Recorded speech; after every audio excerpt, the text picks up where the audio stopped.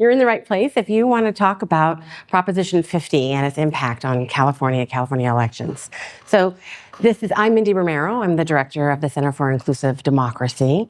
And today's event is part of a series that we've been putting on looking at critical issues, thank you, in the 2026 election cycle. I think I see some folks that have been here before. If you're not familiar with that, with the series itself, you can go to our website and learn more about it. We have one more in the series coming up on July 23rd. And of course, our wonderful partners in the series are the Evelyn and Walter Haas Jr. Fund. And Raul, thank you very much for coming today. So we have an esteemed panel with us today. I'll get to introductions in just a moment. I should note, because this is June 25th, if some of you were not aware, we are the Center for Inclusive Democracy, transitioning to become an independent organization on July 1. So we will no longer be affiliated with USC. We've spent 16 years in academia, 8 years at UC Davis, where I founded the center, and then another 8 years at USC. And we are excitedly moving to independence as a national independent research organization, nonprofit is what I was going to throw in there. So you can go to our website and learn a little bit more about that transition. And you'll see that we have already transitioned to our new logo and new colors and all of that. Happy to answer questions later if anybody are wondering what all of that is about. But again, we're pretty excited about it. Our panelists. As you'll see, we have 3 here in person. Kathy Fung was not able to join us in person. She wasn't able to fly up this morning, but she kindly has been able to join us on the phone. We're going to do something a little unusual. We hope that you all can kind of bear with us on that. She'll take the first question and sign off, but she's going to give us some history around redistricting and independent redistricting in California, which I think is really critical to set the stage of this conversation. So we didn't want to miss out on that. So sound good? We're going to work with a phone. Okay. Because we couldn't get a Zoom in here in time. So, all right. Jeremy. Yes. So you all have if you registered, you have their detailed bios. So I'll just kind of go through quickly on our panelists in terms of introductions. Okay. Jeremy White, senior politics reporter at Politico. Probably many of you know who he is, and of course, just really respected in the field on all things elections and beyond. Formerly SAC-B? Formerly SAC-B. Yes. Yeah, it's been a while now. Formerly Chronicle? No Chronicle, just SAC-B. Yeah. Eric McGee, the senior fellow and also policy director. Can I have that right, Eric? At PPIC, or the Public Policy Institute of California. Thank you very much, Eric. Also very well known in the elections field and nationally for his research and his commentary and analysis around elections, election reforms. So thank you, Eric, for being with us. And Evan McLaughlin. Thank you so much. So initially, we were going to have Paul Mitchell, and we're fortunate we have you today. Paul got called away to Washington, and Evan very kindly stepped in, and you have been a go-to person on Prop 2, so we couldn't get a better stand-in. And you're not the new Paul today. You are the better Paul today. Some of us at redistricting partners would say so. I just figured, yes. So a long history at the Capitol and now working for the California Firefighters Association, and then also a consultant on many other related topics, correct? Yep. Thank you very much. All right, so Kathy Fung is known in lots of different circles in California's election space. She currently is a senior deputy at the LA County Registrar's Office. But before that, she was the National Redistricting Director for Common Cause National. And for a very long time prior to that, actually there was some overlap, she was the Executive Director of California Common Cause and literally helped lead the effort around independent redistricting in California and the initiatives that came from that made the commission, Independent Redistricting Commission, law in the state. Okay, Kathy, ready? Yes, I am. Okay, first question. Your question is, please set the stage for us. Give us a brief overview of redistricting history in California. How and why did the state's Independent Redistricting Commission become the law? How did it come about and how did it become law? Sure. Prior to 2010, I'm going to talk about sort of the before and the after. So prior to 2010, state redistricting was carried out by state legislators. The legislature had the power to draw the lines for congressional, state senate, assembly, and other state districts. So to understand the impact of gerrymandering, that's when redistricting happens to draw lines to advantage those in power, whoever that might be. It's useful to start with the impacts on traditionally underrepresented communities. Across the state, before 2010, those communities were oftentimes cut into as many as 2, 3, 4 different congressional districts and the same number of pieces into state districts. And the question is why? Well, in 2001, the redistricting maps were a sweetheart deal between Democrats and Republicans. And the intent was to secure a unanimous vote to avoid litigation. And that meant that as those map drawers were drawing the lines, they were protecting incumbent state legislators and taking in their requests, no matter what the impact was. So let's look at what the impact was. In 2001, after those lines were drawn, places like the city of Long Beach, for instance, were split into multiple districts.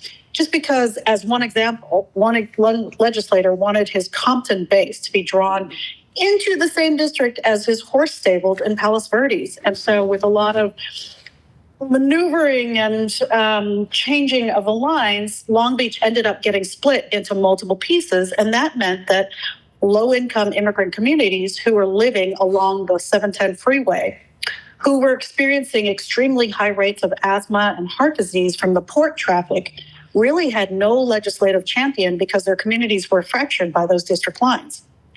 And in another example, when Watts was hit by a hailstorm and residents were displaced by floods, and no one was really able to or wanted to take responsibility for that disaster relief advocacy, that happened because each elected member was only representing a small part of Watts, which was split into 3 or 4 districts, depending on the level of government. Now, at that time, MALDEF sued because Latino communities in San Diego and San Fernando Valley were split to protect the incumbents. And women legislators were talking about how the old boys network that shut off the path for these women to even be contenders for higher office essentially drew the lines for higher office to cut their support base into pieces. Advocates like myself negotiated in earnest with the legislature to try to improve the redistricting process. We were looking for transparency. We were looking for some set of rules that would always be followed. And for years, the legislative leadership made promises only to eventually run out the clock. There was one year close to the time of the initiative where we had actually passed a redistricting reform bill out of the Senate. But the legislative staff somehow, quote unquote, lost the bill on the way from the Senate to the Assembly. I don't know how that happened. Somebody can tell me. When we realized that the proverbial legislative Lucy was always going to be yanking the football from our Charlie Brown efforts, we pulled together an initiative campaign starting in 2007 to run our own ball across the end zone. The coalition included a large number of organizations that had been talking about what a fair, inclusive, and transparent process could actually look like. And that included groups like AARP and Chamber of Commerce and local Democratic clubs and NAACP, and of course, good government groups like League of Women Voters and Common Cause. In 2008, in the same historic election that elected Barack Obama, voters who were ready for change also voted to create the new Citizens Redistricting Commission. In 2009, when the application process for people to apply to become commissioners opened, we were incredibly surprised when 30,000 people put their names into the hat to become a commissioner. And ultimately, that first commission of 14 people, which was comprised in about 2010, it was incredibly talented and diverse. And it included people who were bookstore owners, a civil rights professor, nonprofit leaders, and yes, even a former Census Bureau director who had served under 3 different presidents. Unlike the legislature, which only held a handful of public hearings, the first commission held over 100 meetings and hearings with huge crowds coming out to speak about their communities. The first maps were drawn by the Citizens Redistricting Commission and adopted in 2011, nearly unanimously, with Democrats, Republicans, and independents voting together. They were affirmed repeatedly by the California Supreme Court. And these citizen-drawn maps proved to be responsive to voter choices and needs over the decade. California's process helped to inspire people in states like Ohio, Michigan, Colorado, Missouri, Utah, North Carolina, and Virginia to push for citizen-led redistricting processes. So that's how we all got started. I'll hand it back to you, Mindy. Thank you, Kathy, very much. I'll let you get on with the important work that you're doing with the election. And again, thank you very much for being able to join us at least for this question. Thank you. Thanks, Mindy. Bye. If anybody knows Kathy, she finds a way. She found a way today. So, all right. So moving on. How, gentlemen, and this is going to go to actually Jeremy, this first question. How did we get to Prop 15? Trump started the redistricting wars, of course, in Texas. I'm sure everybody is aware of that. Why was Prop 50 California's reaction or response, and why did voters pass it? Great question. I'm usually on that side of things, so it's interesting to get this perspective for once. I remember where I was when Gavin Newsom's, I think it was a podcast interview, came out where he said, we're going to do something to respond. I was on Amtrak on my way from Sacramento to the Bay Area, as I will be later today. And my first response, and a lot of people's response was, what? What is this guy talking about? California, as Kathy talked about at length there, has a citizen nonpartisan redistricting process. It's not like other states where you can just go redraw districts. And so a lot of people initially were like, he's just spouting off. This doesn't make any sense. It became clear pretty quickly that this was real. And over time, it became clear that this was not something that had just originated in a podcast. Pretty soon after, it became clear that Texas really was going to try to redraw their maps to maximize partisan advantage and deliver some victories to Donald Trump. Some fairly high-level discussions started to happen among members of Congress, members of the California delegation about what are we going to do to respond here. California does have a nonpartisan redistricting commission, as we've talked about. It also has an electorate that profoundly dislikes Donald Trump and a system that allows you to put ballot initiatives on to undo stuff that's been done before. And so at the beginning, to me, this really looked like a gamble, and one that set two very powerful forces in politics against each other. On the one hand, people distrust politicians. They generally don't like to give power back to politicians. And so my thinking was, that's going to be a tough sell for voters. But that was coming up against what turned out to be an even more potent force, which is your average California Democrat's deep loathing of Donald Trump. And more than that, I think it really gave a lot of voters who were quite disillusioned by Donald Trump winning re-election something to rally behind. And so as they did with the recall, Team Newsom leaned very hard into this is your way to fight back against the MAGA movement and Donald Trump. And after initial polls showed this thing was on somewhat shaky ground, it won in a blowout. And it's something that not only has Democrats feeling a lot more confident about their prospects for retaking the House, which I think we're going to talk about a little more here, it's something that really boosted Gavin Newsom's political standing. A little easy to forget now, but last year he was looking a little shaky. He had tried to get some stuff done here in Sacramento that hadn't really happened. Everybody kind of knew he was on his way out. There's this sense of like, is he maybe entering his lame duck era? He really elevated himself even more so into a national figure with this campaign. We knew forgive me, but we knew he also had presidential aspirations. Yes, presidential aspirations that he is finally being honest about now that he's under FBI investigation, apparently. But yes, everybody knew that that was the case. But I think even leaving those aside, I think there's a genuine sentiment among a lot of Democrats that Gavin Newsom shares that the party needed to be more aggressive fighting back against the Republicans and Donald Trump. What better way to do it than countering the big red state with the big blue state's electoral might? And that's exactly how it played out. Thank you. All right. And then everybody, when we get into questions, we will have Q&A. So if you're thinking about what you want to ask in terms of maybe clarification or kind of expanding the conversation. All right. So Evan and Eric, Evan, I'll ask you to take this first. Sure. So let's now talk about impact. Aside from increasing the number of Democratic-leaning districts, every election cycle,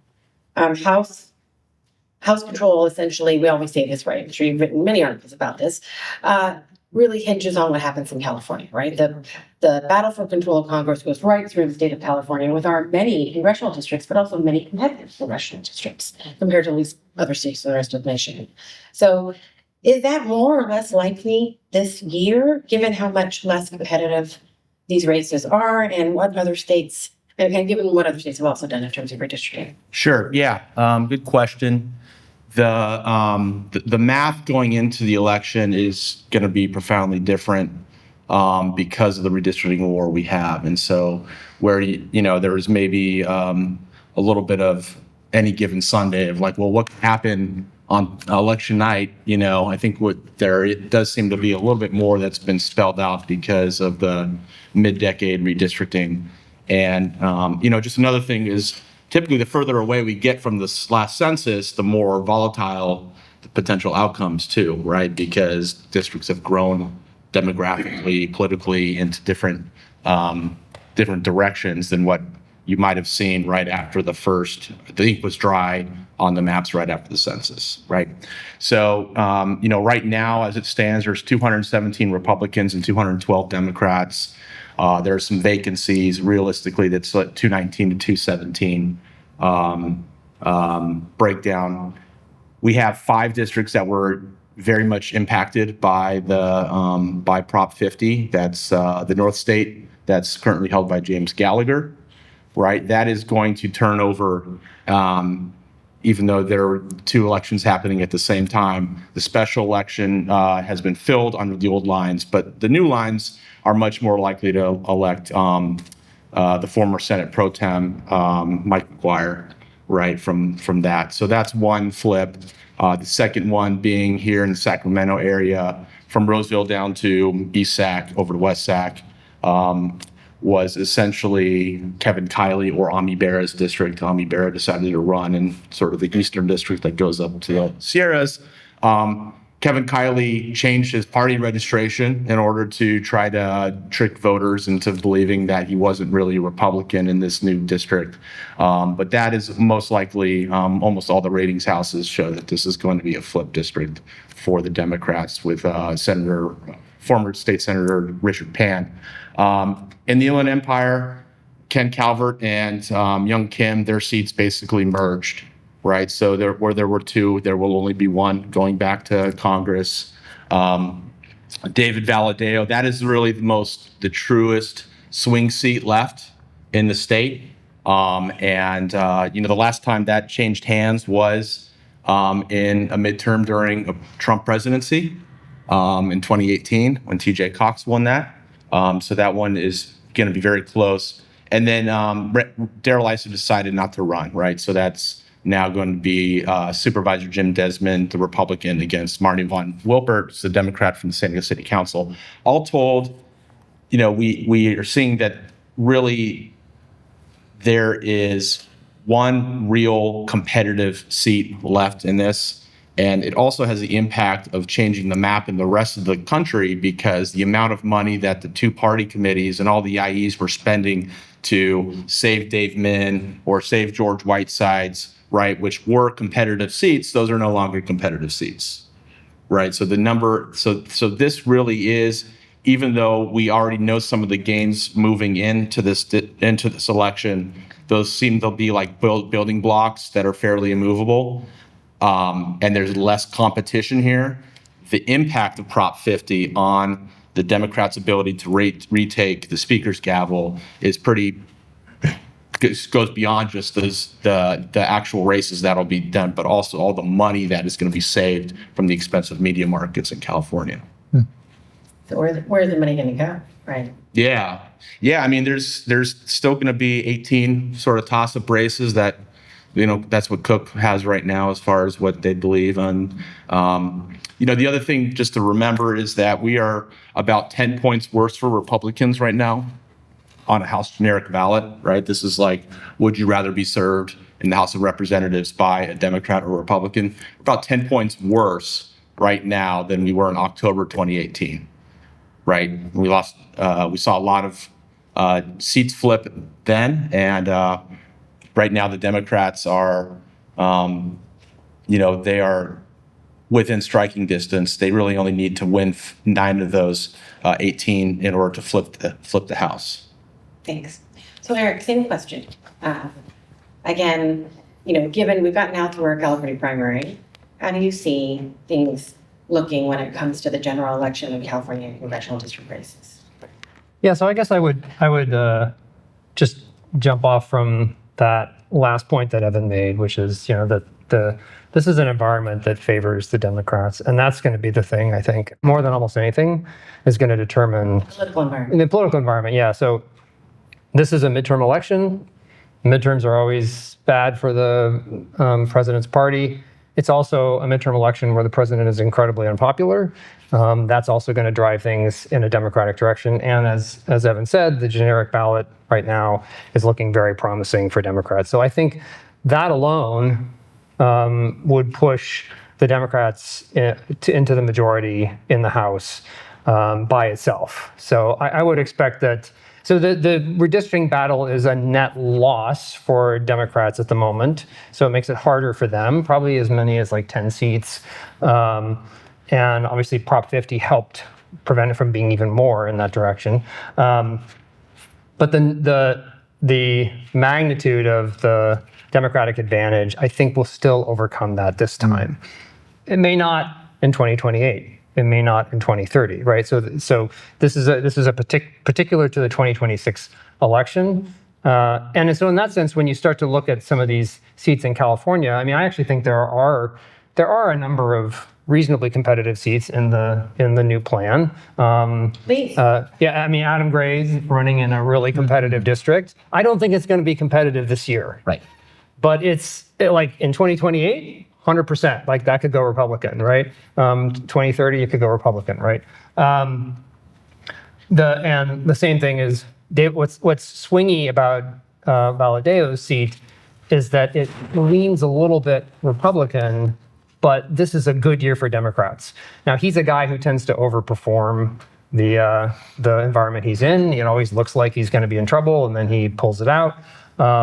Except for one election. Except for one election, right? And so, there's always a chance that he'll do it again this time, but it's going to be really tough for him because of this broader environment. And I think that's really what is driving this election cycle more than anything. So I think, again, the broader redistricting battle nationally has put Republicans in a better position given the really bad position they're in, but I still think they're probably going to lose control of the House.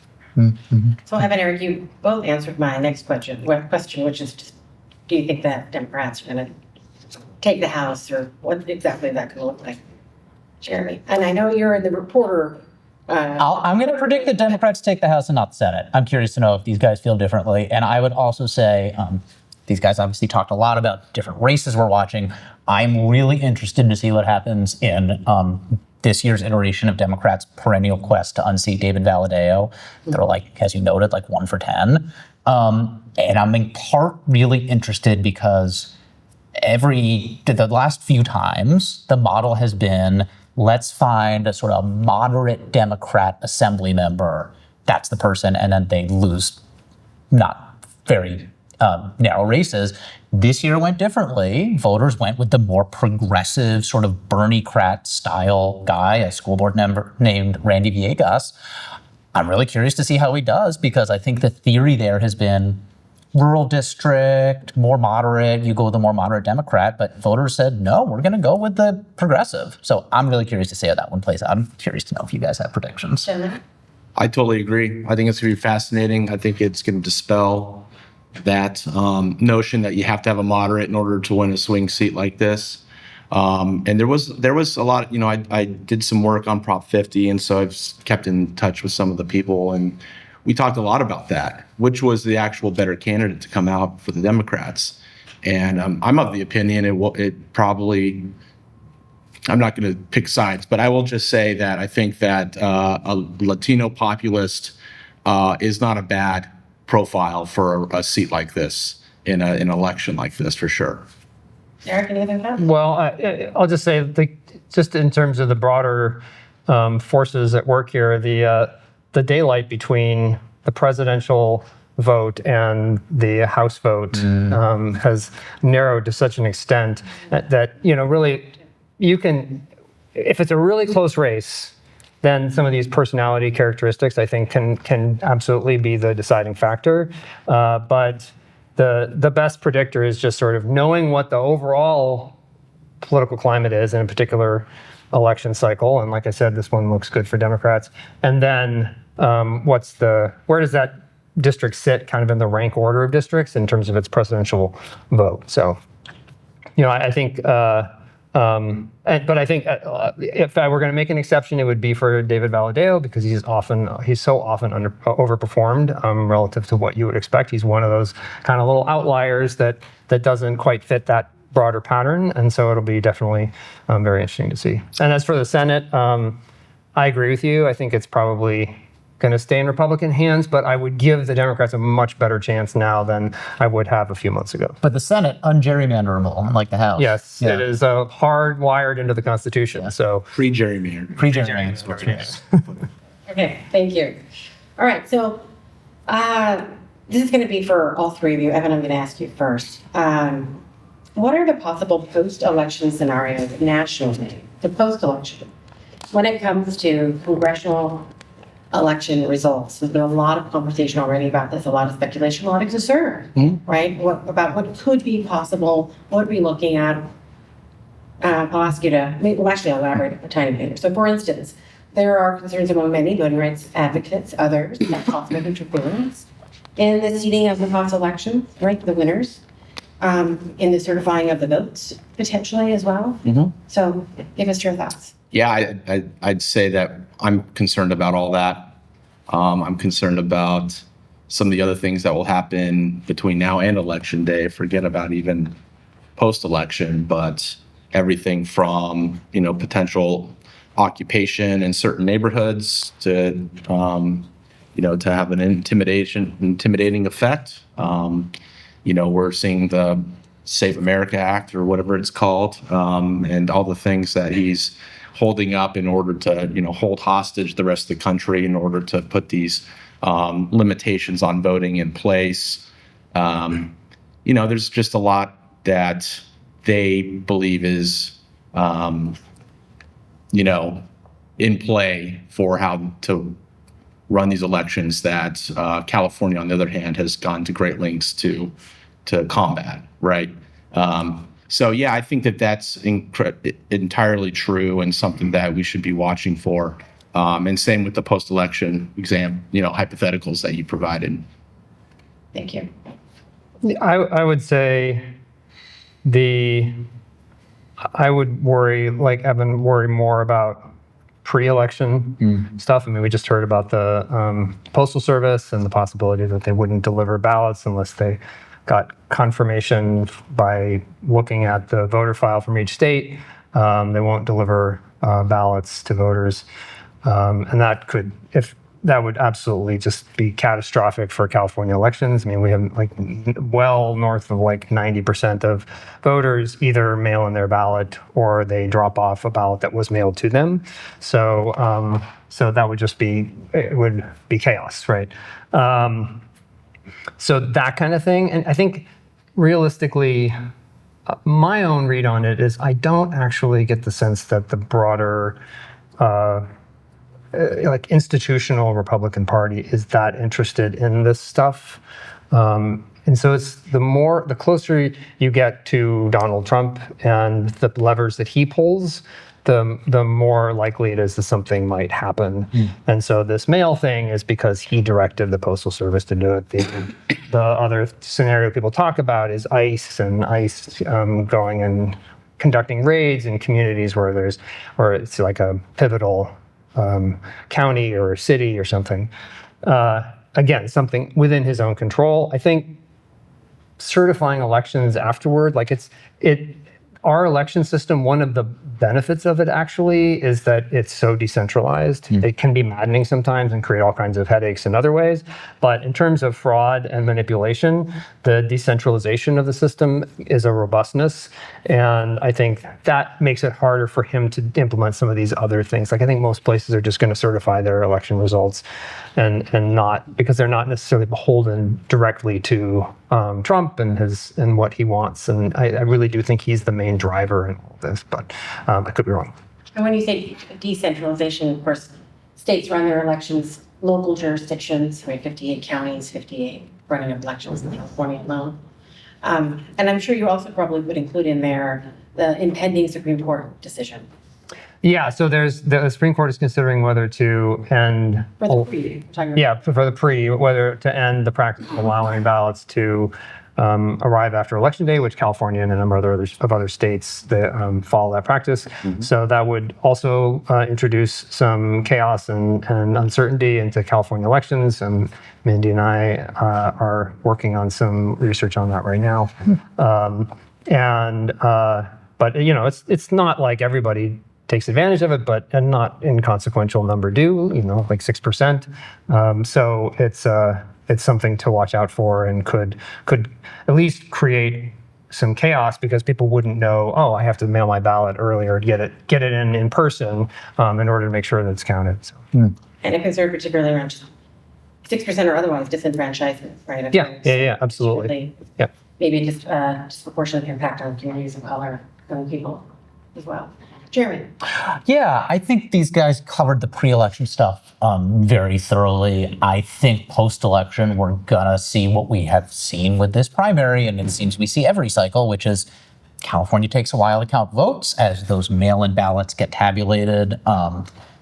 Leads change, and then you have a lot of people aligned with the president shouting about fraud. I mean, we saw it in LA where the Republican Spencer Pratt was ahead in the first drop. I think anybody who pays attention knew he wasn't going to stay there, but inevitably, as soon as he dropped and the Democratic challenger, Nikki Raman, rose, there were a lot of wild conspiracy theories thrown around, and wouldn't you know it, the U.S. attorney covering Los Angeles, a former Republican Assembly member named Bill Asaley, was talking about investigations, stuff based on a video on the internet of a homeless person saying somebody offered them a cigarette to register to vote, which is different from voting, but that's beside the point. I think whether that changes the outcome of the election, I don't think we've seen evidence yet that that can happen, but in terms of pursuing baseless investigations to bolster the narrative that there was fraud, the only way that Democrats won these seats was through rampant fraud. That's the playbook, and we're going to see it again. And so, again, I don't know that a partisan U.S. attorney is going to be able to stop an elected Congress member from being seated, but I think we're certainly going to see more of that political and legal stress on the process.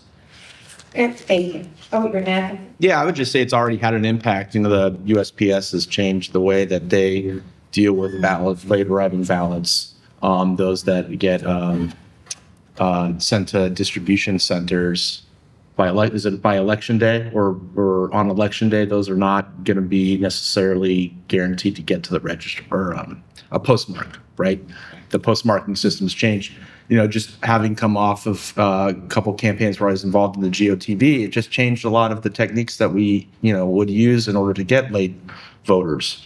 You could basically tell them, because in California we've done the work also to make sure that postage is prepaid, right? So instead of having to tell them you have to go to a polling place to turn in your mail ballot or stand in line, you could just tell them that they could just go to any mailbox and turn it in by election day, by the morning of election day. And that the amount of paranoia that campaigns have in the days leading up to saying, well, we can't say that because we don't know that it will actually get collected. And that itself, I think, is just indicative of the kind of chaos that could potentially happen if some of these other pre-election limitations are put on ballot access.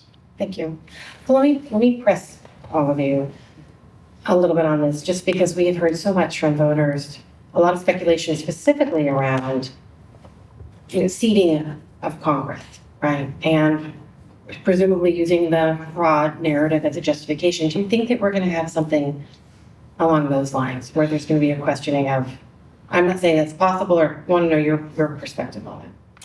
I mean, I hope not. I would have told you before January 6th that nothing like that could happen in this country, and it happened. That one was obviously much more directly about the president and people demonstrating their fealty to the president. I'd like to think it wouldn't, but we've found ourselves in uncharted political territory a lot over the last few years. So, Thank you. Others?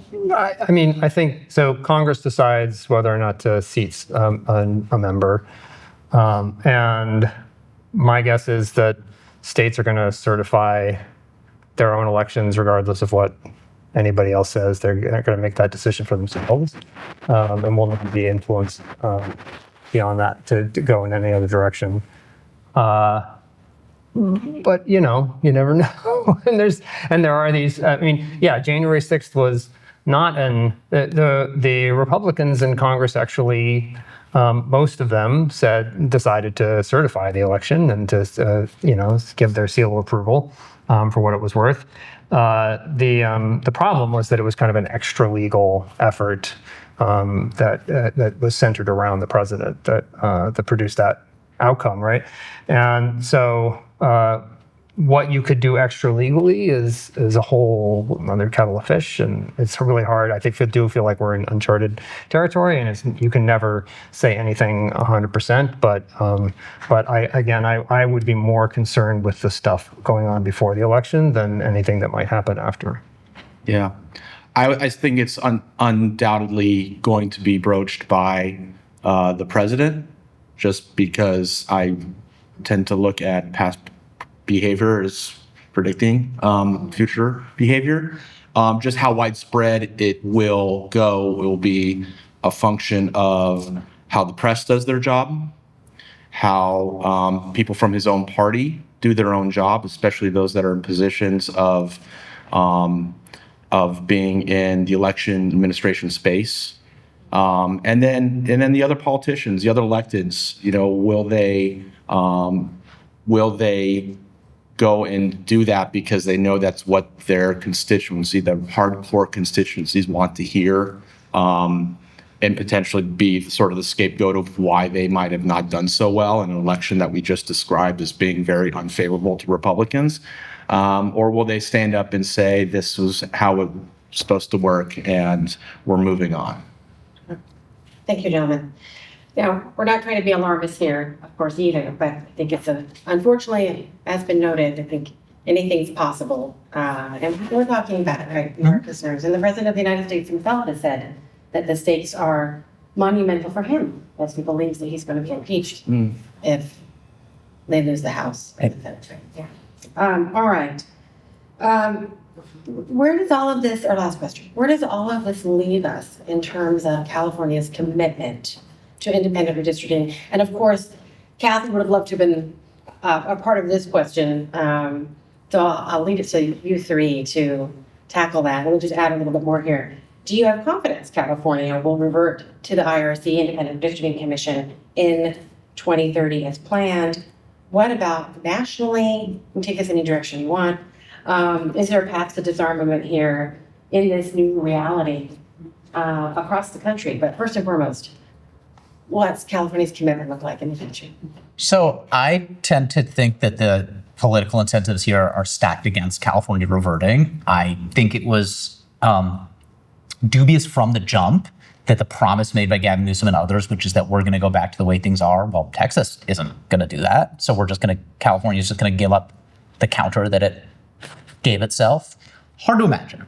That said, we got here because Gavin Newsom and other Democratic figures championed it. Is Governor Javier Becerra going to do the same thing? That is the real question. I think in a vacuum, if nobody had to step up and do something, yeah, of course California is going to keep its partisan maps, because why would you give up an advantage you've given yourself if your opponents aren't going to do the same? The ratchet has already ratcheted. But it did require some affirmative leadership. I don't know that the next governor is going to play the same role that Gavin Newsom did. I think it partially depends on who's in the White House. What does the national electoral map look like? Because the reason there was this feeling of an imperative to respond is because Donald Trump was in the White House. And so the view among... That was the argument, right? That was the argument, was this is a break glass moment, we have no choice. Does it look like that in 2030 if it's President Rubio, President Newsom? I don't know.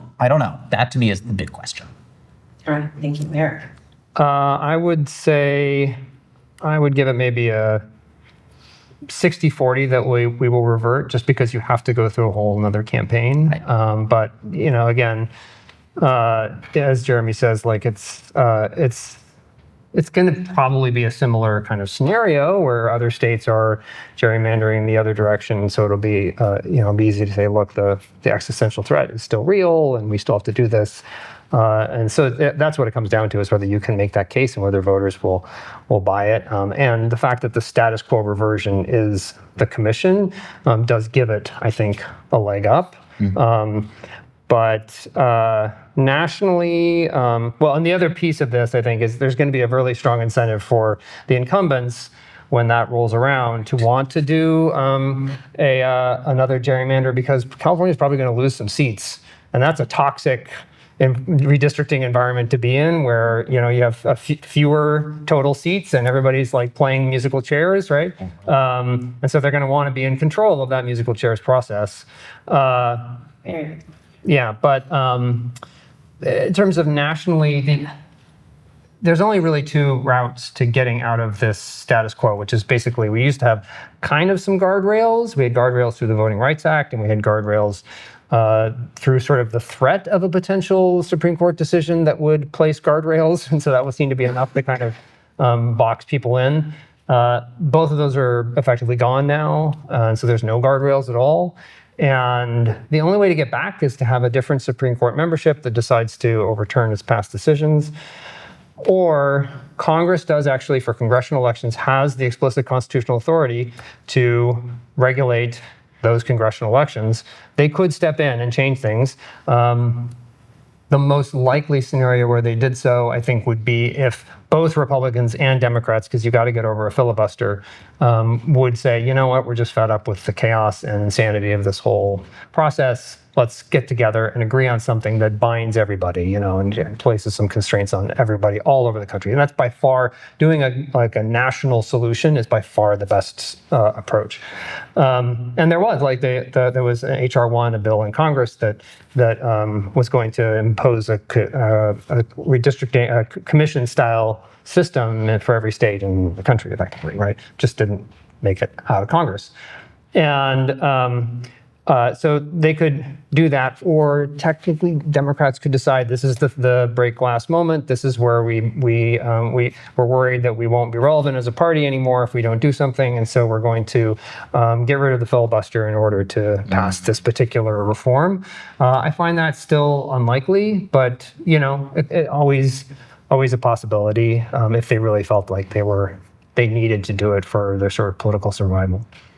And Evan, before I ask you to jump in, I should just note, since you mentioned the VRA, there's so many topics that we could talk about today that it's set, right, with Prop 50 and what's going to be happening in November. But CID is going to be putting on July 15th a national webinar looking at the dismantling of the Voting Rights Act and its impact on communities, but particularly communities of color, Black and brown communities, and what that means. So if you're interested, take a look at that on our website and join us for that conversation. Wanted to make sure I got that in before we end today. Evan, Not a lot to add to Eric. I liked his 60-40 because I believe it's a bit of a jump ball, but because the status quo will be to revert, take a lot more proactivity to run a full campaign in the right circumstances too, like Jeremy spelled out. We're there for Prop 50. As far as federal possibilities, I don't know. I think Paul's back east right now talking to some people about the possibility of doing that. I don't know if we were supposed to say that though. I don't know that we were supposed to say that either. Sorry, but I think a lot of people are talking about it, right? So I'm interested in what can come to fruition from that. Can I ask my esteemed co-panelists a follow-up question? Yes, please. Okay, so Eric. You could be moderating this whole thing. Eric referenced the very likely outcome that California loses some representation. We lost a House seat last census because we're stagnating or shrinking while other states are growing. How many seats do you think we're going to lose? We're at 51 now. What do we get down to? What do you think? Well, for both of you, you both probably said We're something. 52 right now. We're 52. That's right. Excuse me. Thank you. I would say at least 2, At least 2. maybe 3. I mean, we're losing population right now. Yeah.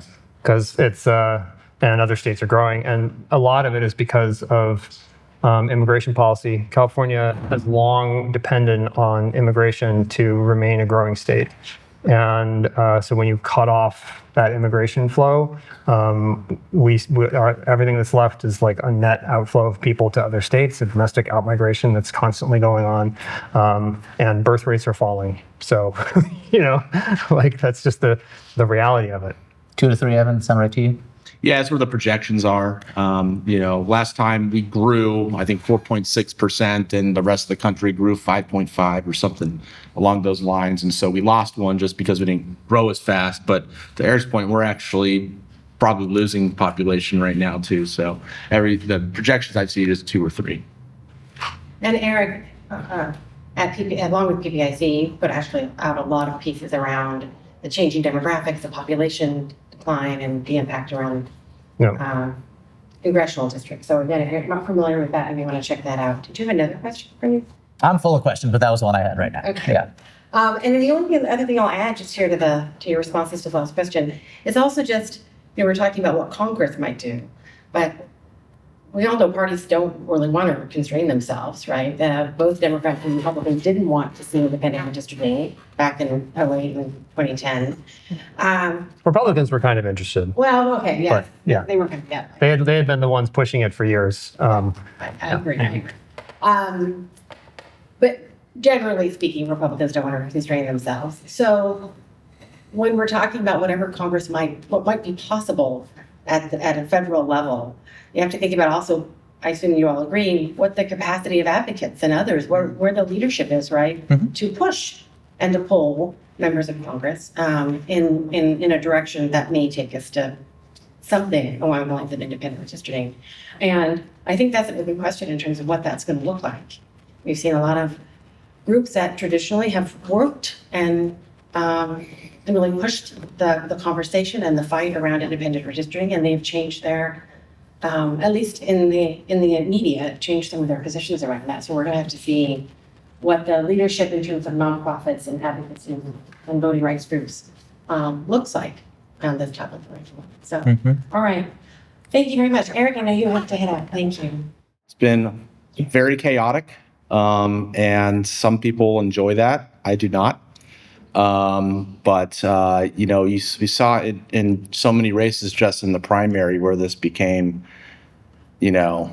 very, very consequential.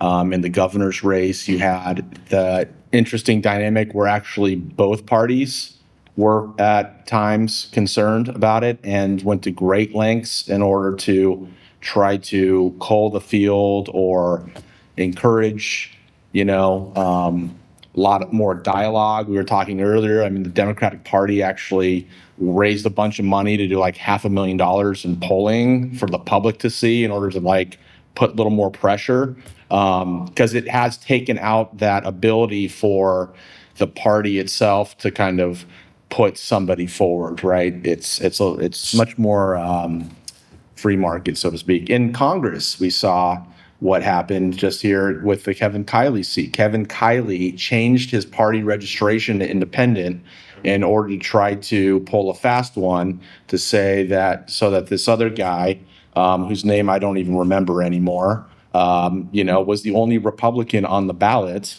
And so, Kiley had been an elected official, so he had some base of support already.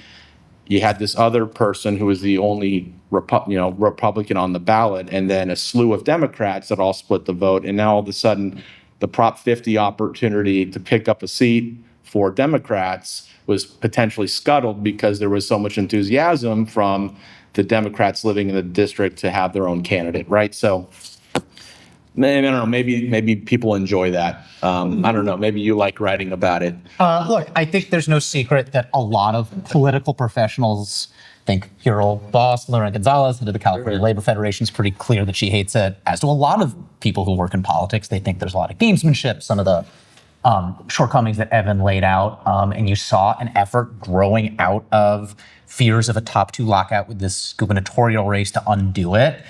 Then you saw some counter efforts vowing to stop the effort to undo top 2. I think if I had to bet money on it, I think once we get further away from the sort of fear around this gubernatorial race and fears of a lockout, I think the appetite to do something will probably diminish a little bit. Passing a ballot initiative that takes away, that changes a reform, getting voters to say, take it back, we want to go back to the old way, is hard to do. You need money and you need some like credible messengers. No offense to Steve Maviglio, I'm not sure he's the guy to get it done.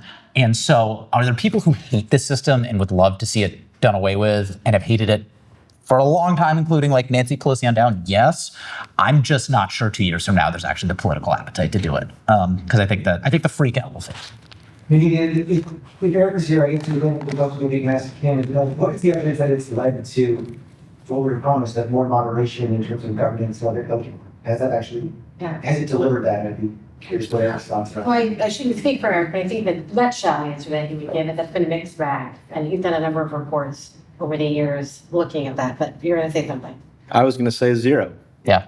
I don't know that there's real evidence at all. We have, it works both ways, because you have an opportunity where maybe a more moderate candidate from a party is able to go and, run against someone from their own party. But reality is that in primaries, people tend to be more polarized voters that vote. There's not as many moderate voters or independent voters that vote in primaries. So the impact of what comes out of the primary, another seat here in Sacramento will be a very interesting test case of this, which is my Vang, councilwoman, who's very progressive, running against longtime incumbent Doris Matsui, who's seen as the more moderate. And I don't know. I mean, what was the top 2 system supposed to do here? Yeah, I mean, California. There's no way to deny the fact that Sacramento and California politics in general overwhelmingly more single party than when it was passed.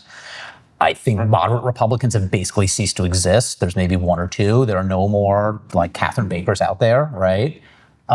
In theory, it does allow in these safe blue seats, like a more moderate Democrat to go up against a more progressive Democrat. That's sort of become where the real action is. That's where labor and business interests spend all their money, because ultimately, I think a lot of them would tell you what matters less is, are there 61 or 60 Democrats? What matters more is the Democrat in the safe seat somebody who's more business friendly or less business friendly? So it has really sort of like shifted the locus of campaign conflict to that. So I think it was envisioned in a time too where there was more. I think people thought the possibility of cross ticket voting was, cross party voting was something that today just really doesn't exist the same way. yeah. And I think you both make a very good point that the environment essentially shifted in different ways. That's right. Increased polarization. Demographics, president. Demographic increased situation in terms of a one Yeah, party. definitely. And so it's hard to measure and, in a sense, to fairly, if you will, judge based on what the goals were when the landscape has been changing. Right, So, definitely. I see that we're at time. I'm respectful of both of you because I know it is a very busy day. It is a very busy day. I'll leave a couple cards on. If anybody wants to continue the conversation, feel free to drop me a line. I'm very accessible. Just ask Evan.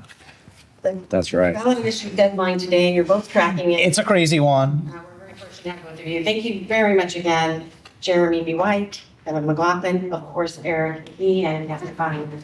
And this is recorded, so we ask all of you, if you're interested, to share it. If you're registered, you'll get the recording, share it to your networks. And thank you again for joining us.